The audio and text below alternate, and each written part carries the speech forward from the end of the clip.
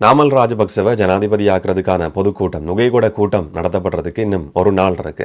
20ஆம் தேதி முடிஞ்சா 21ஆம் தேதி காலையில் நுகைகொட பொதுக்கூட்டம் நடத்தப்பட இருக்கு. நாமல் ராஜபக்ச இந்த கூட்டம் மூலமா ஜனாதிபதி ஆவாரா இல்லையா, அதுக்கான ஆரம்ப புள்ளியா இது இருக்குமா இல்லையான்றதை நாங்கள் பொறுத்திருந்து பார்க்கலாம். ஆனால் இந்த கூட்டத்தை குழப்புறதுக்காக 2 விஷயங்களை அரசாங்கம் கையில் எடுத்திருக்குன்னு சொல்லி நாமல் ராஜபக்சவினுடைய தரப்பை சேர்ந்த அரசியல்வாதிகள் திரும்ப திரும்ப சொல்லிக் கொண்டிருக்கிறாங்க. அதில் முதலாவது திருகோணமலை புத்தர் சிலை விவகாரம், 2வது இன்றைக்கு மிகப்பெரிய பேசப்பட்டு கொண்டிருக்கிற நாமல் ராஜபக்சவினுடைய வெளிநாட்டில் பெற்றுக்கொண்டிருக்கிற பட்டப்படிப்பு அந்த சர்டிபிகேட் போலியானதா உண்மையானதா என்ற ஒரு சர்ச்சை இன்னைக்கு உருவாகி இருக்கு.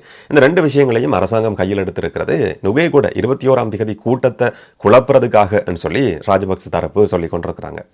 இன்றைக்கி திருகோணமலை புத்தர் சிலை விவகாரம் சம்பந்தமாக மேன்முறையீட்டு நீதிமன்றத்தில் ஒரு வழக்கு பதிவு செய்யப்பட்டிருந்தது. அந்த வழக்கு இன்றைக்கு 2 நீதியரசர்கள் முன்னிலையில் விசாரணைக்கு எடுத்துக் கொள்ளப்பட்டிருந்தது. கரையோர பாதுகாப்பு திணைக்களம் சார்பாக ஒரு லோயரும் விகாரையினுடைய விகாராதிபதி சார்பாக ஒரு லோயரும் முன்னிலையாகி இருந்தாங்க. இதில் விகாராதிபதி சார்பாக முன்னிலையான லோயர் சொல்லியிருந்தார், 2014ஆம் ஆண்டில் மஹிந்த ராஜபக்ச இந்த நிலத்தை விகாரைக்கு சொல்லி நன்கொடையா கொடுத்திருந்தாராம். 40 பர்ச்சஸுக்கும் அதிகமான நிலப்பரப்பு தான் இந்த மாதிரி கொடுக்கப்பட்டிருக்கு. அதில் இருக்கிற சில கட்டுமானங்கள் சம்பந்தமான சர்ச்சைகள் உருவாகி இருந்த பின்புலத்தில் கரையோர பாதுகாப்பு திணைக்களம் அதை அகற்றுவதற்கான முயற்சியில் ஈடுபட்டிருந்தது. கரையோர பாதுகாப்பு திணைக்களம் சார்பாக இன்றைக்கு ஒரு லோயர் முன்னிலையாகி அவர் சொல்லியிருந்தார், கரையோர பாதுகாப்பு சட்டத்துக்கு அமைய அதில் இருக்கிற கட்டுமானங்கள் சட்டவிரோதமானதுன்னு சொல்லி ஏற்கனவே தீர்மானிக்கப்பட்டிருக்கு. அந்த தீர்மானத்துக்கு எதிராக சுற்றாடல் அமைச்சில் முறைப்பாடு பதிவு செய்யப்பட்டு மேன்முறையீடு பதிவு செய்யப்பட்டிருந்தாலும் சுற்றாடல் அமைச்சினுடைய செயலாளரும் அதை நிராகரிச்சிருக்கிறார். அந்த சட்டவிரோதமான கட்டுமானம் அகற்றப்படணும் என்ற தீர்மானம் ஏற்கனவே எடுக்கப்பட்டிருந்தது. அப்படி எடுக்கப்பட்ட பின்புலத்தில் தான் அந்த புத்தர் சிலை அந்த இடத்துல கொண்டு வந்து வைக்கப்பட்டிருக்கு.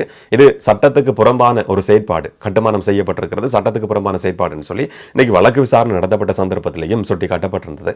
நீதிபதி ஆதித்ய பட்டபந்திக்கு சொல்றாரு, இந்த விஷயத்தை மையப்படுத்தி நாட்டில் ஒரு துரதிர்ஷ்டவசமான சம்பவம் ஏற்படக்கூடாது, 2 தரப்பும் அமைதியா பொறுமையா இதை கையாளுங்க, ஒரு மீளாய்வு அறிக்கையை பெற்றுக்கொண்டதுக்கு பிறகு அடுத்த கட்ட நடவடிக்கை எடுக்க முடியும் சொல்லி நீதிமன்றம் ஒரு உத்தரவை பிறப்பிச்சிருக்கு. ஒரு குழு, விசேடமான குழு அனுப்பி வைக்கப்படும். கரையோர பாதுகாப்பு திணைக்களத்தை சேர்ந்த அதிகாரிகள் குழு அனுப்பி வைக்கப்பட்டு இந்த சர்ச்சைக்குரிய நிலப்பரப்பு சம்பந்தமா திரும்பவும் ஆய்வு செய்யப்பட்டு அந்த ஆய்வு அறிக்கை கிடைச்சதுக்கு பிறகு அடுத்த தீர்மானத்துக்கு வர முடியும் சொல்லி நீதிமன்றம் ஒரு அறிவிப்பு இன்னைக்கு செய்திருக்கு. இதுக்காக 2 கிழமை கால அவகாசம் கரையோர பாதுகாப்பு திணைக்களத்தால் கேட்கப்பட்டிருக்கு. அதுக்கான அனுமதியும் கொடுக்கப்பட்டிருக்கு. இந்த டிசம்பர் 16ஆம் தேதி இந்த வழக்கு திரும்பவும் விசாரணைக்கு எடுத்துக் கொள்ளப்பட இருக்கு. இப்படியான வழக்கு விசாரணை நடந்து கொண்டிருக்கிற பின்புலத்தில் இன்னைக்கு ஒரு சில நேற்று ஞானசார தேரர் போயிருந்த மாதிரி தயாரத்ன தேரர் என்று சொல்லப்படுற ஒரு அமைப்பினுடைய பிக்குவும் அந்த இடத்துக்கு போயிருந்தார். அந்த இடத்துல போலீஸால தாக்கப்பட்டு ஹாஸ்பிட்டல்ல அனுமதிக்கப்பட்டிருக்கிறதா சொல்லப்படுற தேரரை சந்திச்சு கலந்துரையாடி அதுக்கு பிறகு ஊடகங்களை சந்திச்சு ஒரு சில கருத்துக்களை சொல்லியிருந்ததையும் பார்க்க முடிஞ்சது. டயஸ்போராவினுடைய புலம்பெயர் மக்களினுடைய நோக்கத்துக்காக வேண்டுகோளுக்காக அரசாங்கம் செவிசாய்ச்சிருக்கு. அவங்க தான் இந்த இடத்துல விகார வைக்கக்கூடாதுன்னு சொல்லி கோரிக்கை விடுத்திருக்கிறாங்க. இதுக்கு பின்னால ஒரு பூதம் இருக்கு, பெரிய சக்தி இருக்குன்ற மாதிரி இன்னைக்கு அந்த தேரர்கள் அந்த இடத்துல உரையாற்றி இருந்ததையும் சில ஊடகங்கள்ல பார்க்க முடிஞ்சது. இதுல புலம்பெயர் மக்களை தொடர்புபடுத்த வேண்டிய எந்த விதமான அவசியமும் கிடையாது. கரையோர பாதுகாப்பு திணைக்களமே சொல்லி ஒரு சட்டவிரோதமான கட்டுமானம் அந்த இடத்துல செய்யப்பட்டிருக்கு, அதை அகற்றுறதுக்கான தீர்மானம் எடுக்கப்பட்டிருக்குன்னு சொல்லி அந்த காஃபி ஷாப்பை காப்பாற்றுறதுக்காக புத்தர் சிலை கொண்டு போய் வைக்கப்பட்டிருக்கு என்றதை இன்றைக்கு வரைக்கும் சிலருக்கு விளங்காம இருக்கிறதுக்கான காரணம் என்னன்றது தெரியாது. இனவாதத்துக்காக இது பயன்படுத்தப்படுது. இதுல நாமல் ராஜபக்சவுக்கு எதிரான ஒரு விஷயமா இது பார்க்கப்படுறதுக்கான காரணம் என்னன்னு சொன்னா, ராஜபக்சக்களோட நெருக்கமா செயற்பட்டு கொண்டிருந்த ஒரு சில தேரர்கள் அந்த இடத்துக்கு அவசரமா அனுப்பி வைக்கப்பட்டிருக்கிறது என்றது. இதை ஒரு பேரினவாத சக்திகள் இனவாதத்துக்காக பயன்படுத்துறதுக்கு ஆரம்பிச்சிருக்கிறாங்க. 21ஆம் தேதி கூட்டத்துக்கான ஆள் சேர்ப்புக்கான ஒரு நடவடிக்கை தான், ஒரு மறைமுகமான முயற்சி தான் என்ற விமர்சனம் இந்த பிரச்சனை ஆரம்பிச்ச நாள்ல இருந்தே முன்வைக்கப்பட்டிருந்தது. அதுதான் நாமல் ராஜபக்ச இதை அரசாங்கம் எங்களோட கூட்டத்தை குழப்புறதுக்காக பயன்படுத்துதுன்னு சொல்லிக் கொண்டிருக்கிறார். இந்த பிரச்சனையை முன்வச்சுதான் இந்த கூட்டத்தை குழப்ப வேண்டிய அவசியம் கிடையாது. நாமல் ராஜபக்சவை ஜனாதிபதி ஆக்குறதுக்காக எத்தனை பல்லாயிரம் பேர்ல எத்தனை ஆயிரம் பேர் எந்தெந்த பிரதேசங்கள்ல இருந்து வருவாங்கன்றதை நாங்க பொறுத்திருந்து பார்க்கலாம். அந்த புத்தர் சிலை விவகாரம்ன்றதை பற்றி ஒரு வழக்கு விசாரணை நடந்து கொண்டிருக்கிற பின்புலத்துல தான் நாமல் ராஜபக்ச சொல்றார், இந்த விவகாரத்தை மையப்படுத்தி எங்களுடைய கூட்டத்தை குழப்புறதுக்கு அரசாங்கம் முயற்சி எடுத்து வருதுன்னு சொல்லி. இன்னைக்கு தமிழரசு கட்சியினுடைய 8 பாராளுமன்ற உறுப்பினர்களுக்கும் ஜனாதிபதி அனுரகுமார் திசாநாயகவுக்கு இடையிலேயும் ஒரு சந்திப்பு நடத்தப்பட்டிருந்தது. அந்த சந்திப்பிலையும் இந்த புத்தர் சிலை விவகாரம் சம்பந்தமா பேசப்பட்டிருக்கு. அந்த இடத்துல ஒரு புத்தர் சிலை இதுக்கு முதல்ல இருக்கவே இல்லை என்ற விஷயம் திரும்பவும் இந்த பாராளுமன்ற உறுப்பினர்களாலையும் சுட்டிக்காட்டப்பட்டிருக்கு. ஜனாதிபதியும் வெளிப்படையா பகிரங்கமா பாராளுமன்றத்தில் அதை அறிவிச்சிருந்தார். இந்த மாதிரியான ஒரு பின்புலத்தில் இலங்கை தமிழரசு கட்சிக்கும் ஜனாதிபதிக்கும் இடையில ஒரு சந்திப்பு நடந்திருக்கு. முன்னைய நாட்கள்னு சொன்னா இது கடுமையா விமர்சிக்கப்படும். இந்த சந்தர்ப்பத்தில் இது ராஜபக்ச தரப்பு விமர்சிக்காம இருக்கிறதுக்கான ஒரு காரணமும் இருக்கு. ஒரு கெட்டதுலையும் நல்லது நடக்கும் சொல்ற மாதிரி தான் இந்த விஷயத்தை நாங்க பார்க்க முடியும். சில நாட்களுக்கு முதல்ல தான் நாமல் ராஜபக்ச சுமந்திரனை போய் சந்திச்சிருந்தார். சுமந்திரனை சந்திச்சு அந்த கூட்டம் சம்பந்தமா தெளிவுபடுத்தி இருந்தார். அவரை ஜனாதிபதியாக்குறதுக்கான கூட்டம் சம்பந்தமா தெளிவுபடுத்தப்பட்டிருந்தது. ஆனா ஐடெக் இலங்கை தமிழரசு கட்சி அந்த கூட்டத்தில் கலந்து கொள்ள போறதில்லைன்னு சொல்லி ஏற்கனவே தீர்மானிக்கப்பட்டிருந்தது. இந்த மாதிரியான ஒரு சந்திப்பு நாமல் ராஜபக்சவுக்கும் சுமந்திரனுக்கும் இடையிலான ஒரு சந்திப்பு நடக்காம இருந்தா இன்னைக்கு நடந்திருக்கிற ஜனாதிபதி அனுரகுமார் திசாநாயக்கவுக்கும் இலங்கை தமிழரசு கட்சியினுடைய பாராளுமன்ற உறுப்பினர்களுக்கும் இடையிலான சந்திப்புன்றது இனவாதமா மாற்றப்பட்டிருக்கும். ஆனால் அந்த மாதிரியான கருத்துக்களை இன்னைக்கு பார்க்க முடியல. நாளைக்கு சில நேரங்கள் அந்த மாதிரியான விஷயங்கள் பேசப்படலாம்.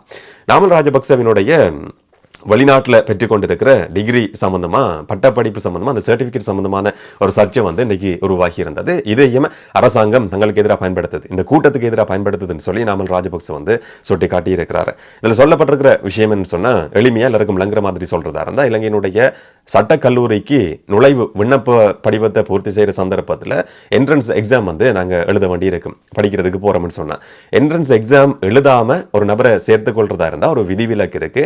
வெளிநாட்டு நிறுவனத்திலிருந்து ஒரு பட்டப்படிப்பு அந்த நபர் பூர்த்தி செய்திருப்பாரா இருந்தா LLB அவருக்கு இருக்குமா இருந்தா அந்த சர்டிபிகேட்டை சமர்ப்பிக்கிற சந்தர்ப்பத்தில் இவருக்கு தகுதி இருக்குன்னு சொல்லி சட்டக்கல்லூரி அதை ஏற்றுக்கொள்ளும். இப்படி சமர்ப்பிக்கப்பட்டிருக்கிற அந்த சர்டிபிகேட் உண்மையானதா பொய்யானதா என்றதை பற்றி தான் இன்னைக்கு ஒரு சர்ச்சை வெடிச்சிருக்கு. ஒரு புலனாய்வு ஊடகவியலாளர் இதை பற்றி வெளிப்படுத்தி இருக்கிறாங்க. அதுக்கு பிறகு இன்னைக்கு பாராளுமன்றத்திலையும் இதை பற்றி அதிகமான விஷயங்கள் பேசப்பட்டிருந்தது.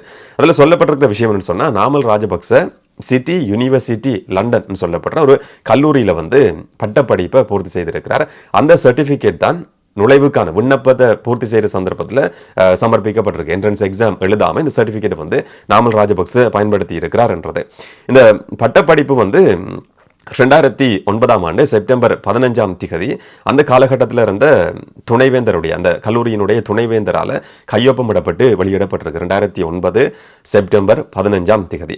ஆனா அதே துணைவேந்தர் ஜூலை மாதம் 23 ராஜினாமா செய்திருக்கிறார். இந்த சர்டிபிகேட் கொடுக்கப்படுறதுக்கு 54 நாட்களுக்கு முதல்ல அவர் விலகி இருக்கிறார். ஆனால் அவருடைய கையொப்பம் போடப்பட்டிருக்கு. இது செல்லுபடியாகுமா, அவருடைய கையொப்பம் போலியானதா என்ற மாதிரி பாராளுமன்றத்தில் ஒரு விஷயம் சுட்டி காட்டப்பட்டிருந்தது. ஆனா நாமல் ராஜபக்ச தரப்பை சேர்ந்த சட்டத்தரணி மனோஜ் கமகே இன்றைக்கு ஊடக சந்திப்பில் உரையாற்றும் போது அவர் சொல்லியிருந்தார், சில கல்லூரிகளை பொறுத்த வரைக்கும் ஏற்கனவே பிளான் பண்ணப்படும். ஒரு 2-3 மாதங்களுக்கு முதல்லையே இது திட்டமிடப்படும். அவர் விலகி இருந்தாலும் கூட அதுக்கு முதல்ல சில நேரங்களில் அவர் அதில் சைன் பண்ணி இருக்க முடியும். அந்த மாதிரியான சர்ச்சை கிடையாதுன்னு சொல்லி மனோஜ் கமகே ஒரு விஷயத்தை சொல்லியிருந்தார். சரி, அவருடைய வாதத்தை நாங்கள் ஏற்றுக்கொள்வோம், நம்பலாமா என்றது ஒரு பக்கம் இருந்தாலும் கூட 2வது மிக முக்கியமான ஒரு விஷயம் இருக்கு.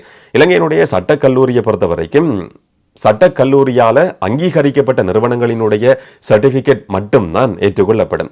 நாமல் ராஜபக்சவினுடைய அனுமதி என்றது 2009 அக்டோபர் 15 நடக்குது. அக்டோபர் 15 நடக்குது. ஒரே நாள்ல அவர் சமர்ப்பிக்கிறார். ஒரே நாள்ல அது ஏற்றுக்கொள்ளப்படுது. ஆனா இந்த நிறுவனம் இலங்கையினுடைய சட்டக்கல்லூரியால அங்கீகரிக்கப்பட்டிருக்கிற திகதி என்றது செப்டம்பர் 25. அப்ப இதுக்குள்ளேயும் ஒரு சர்ச்சை இருக்கு. அதுக்கு முதல்லையே இது நடந்திருக்கு என்றது. இந்த மாதிரியான திகதிகள் சம்பந்தமான சர்ச்சைகளால இவருடைய சர்டிபிகேட் உண்மையானதா என்றது ஒரு பக்கம் பேசப்படுது. இன்னொரு பக்கம் நாமல் ராஜபக்சவினுடைய விண்ணப்பம் சமர்ப்பிக்கப்பட்டதுக்கு பிறகுதான் அது அங்கீகரிக்கப்பட்ட நிறுவனமா சட்டக்கல்லூரியால் ஏற்றுக்கொள்ளப்பட்டிருக்கின்றதும் இன்னும் ஒரு சர்ச்சைக்குரிய 2வது விஷயம். இதனால அவருடைய சர்டிபிகேட் சம்பந்தமான சர்ச்சையும் இன்றைக்கு அதிகமா பேசப்பட்டு வருது. ஆனா இந்த 2 விஷயங்களையும் அரசாங்கம் நுகேகுட பேரணியை குழப்பறதுக்காகத்தான் கையில் எடுத்திருக்கின்றது. நாமல் ராஜபக்சவினுடைய வாதம் பல்லாயிரக்கணக்கான மக்களை கூட்டி நாமல் ராஜபக்ச மிகப்பெரிய ஒரு பேரணியை நடத்துறதுக்கு திட்டமிட்டிருக்கிறார். நாமல் ராஜபக்சவை ஜனாதிபதியாக்குறதுக்கான அந்த பேரணி வெற்றி அடைகிறதுக்கு வாழ்த்துக்கள். அந்த பேரணியில எத்தனை ஆயிரம் பேர் கலந்து கொள்றாங்க, என்ன நடக்கும்ன்றதை நாங்கள் பொறுத்திருந்து பார்க்கலாம். இதை பற்றி நீங்கள் என்ன நினைக்கிறீங்கன்றதை கமெண்ட்ல சொல்லுங்கள். இன்னும் ஒரு வீடியோவில் இன்னும் ஒரு தகவலோட சந்திக்கலாம். வணக்கம்.